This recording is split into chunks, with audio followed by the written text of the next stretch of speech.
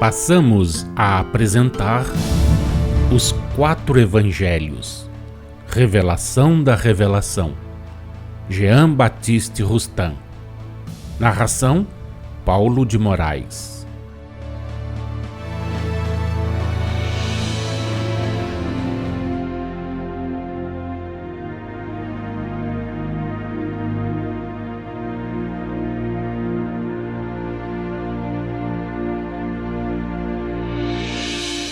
Evangelho de Jesus segundo Lucas, capítulo 2, versículos 1 a 7.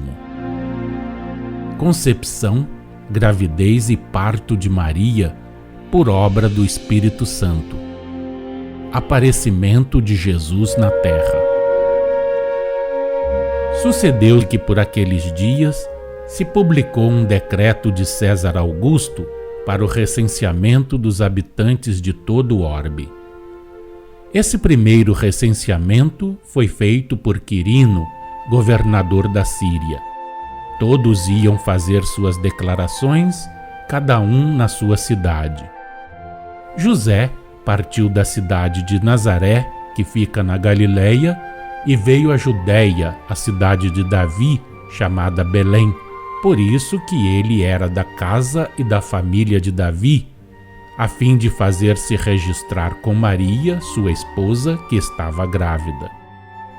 Estando eles ali, aconteceu completarem-se-lhe os dias, e Maria deu à luz o seu filho primogênito, envolveu-o em panos e o deitou numa manjedoura, por não haver lugar para eles na hospedaria. Número 31. Para todos, já o dissemos e repetimos, Maria tinha que ser a mãe de Jesus. Para todos, sua gravidez era visível. Decorrido o tempo que ela devia durar, igual ao da duração de qualquer gravidez, o simples fato da presença do menino nos braços de Maria bastou para dar lugar à crença no parto. Para todos, pois, houve parto, nascimento. Por isso, já o temos dito e repetimos ainda. Durante todo o tempo da sua missão terrena, Jesus foi tido pelos homens, pelos apóstolos, pelos discípulos, pela multidão que se premia em torno dele como um homem igual aos demais, como fruto da concepção humana por obra de Maria e de José. Mais tarde, depois de fim daquela missão, isto é, depois da época designada pelo nome de Ascensão, em consequência da revelação cujos frutos haviam amadurecido e que, conservada até então secreta, se tornara conhecida do povo, isto é, em consequência da anunciação feita a Maria e da advertência recebida por José, Jesus passou a ser considerado um homem concebido por uma mulher e ao mesmo tempo um Deus encarnado, pois que formado miraculosamente no seio de uma virgem pelo Espírito Santo.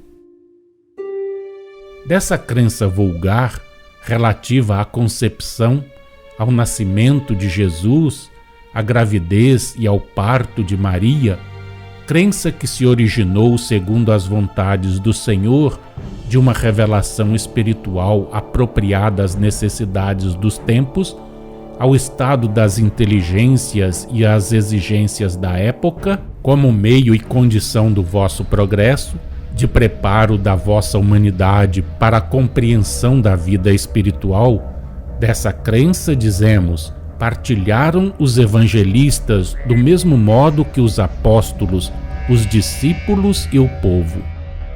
Era necessário que assim fosse, porquanto se eles houveram conhecido a origem espiritual de Jesus, teriam sido impostores, representando essa origem como carnal, nas condições da vossa humanidade e ao mesmo tempo como fruto de uma encarnação divina. Os evangelistas, bem como os apóstolos e os discípulos, eram simples de coração, eram na condição de encarnados, criancinhas pela humildade e pela inteligência. submeteram-se à revelação espiritual recebida por Maria e por José, considerando-a emanada de Deus e feita por um de seus emissários. Instrumentos do Senhor, eles transmitiram essa revelação e os fatos. Médiuns e historiadores, cada um desempenhou a sua tarefa dentro do quadro que lhe traçaram a influência e a inspiração mediúnicas. Já o explicamos. Convinha que fosse assim, pois que os homens precisavam de um exemplo frisante.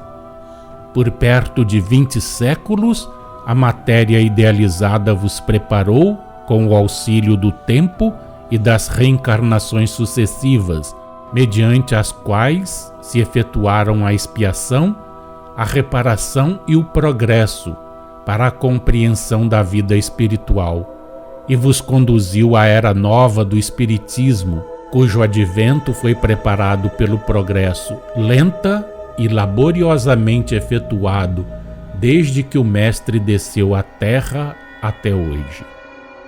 Já o dissemos e repetimos. A letra produziu seus frutos. Não mais basta ao estado e ao progresso das vossas inteligências às necessidades da época atual, pois que agora mata. Tem que ceder lugar ao Espírito que vivifica.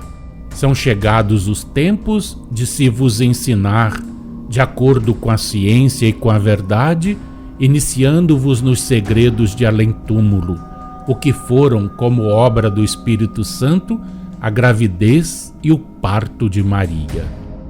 Essa obra, qualificada de sobrenatural, milagrosa, divina, foi, com a permissão de Deus e de acordo com as leis naturais e imutáveis por Ele promulgadas de toda a eternidade, o resultado de uma ação espiritual e o de uma ação magnética, executadas com o auxílio e por meio de fluidos apropriados.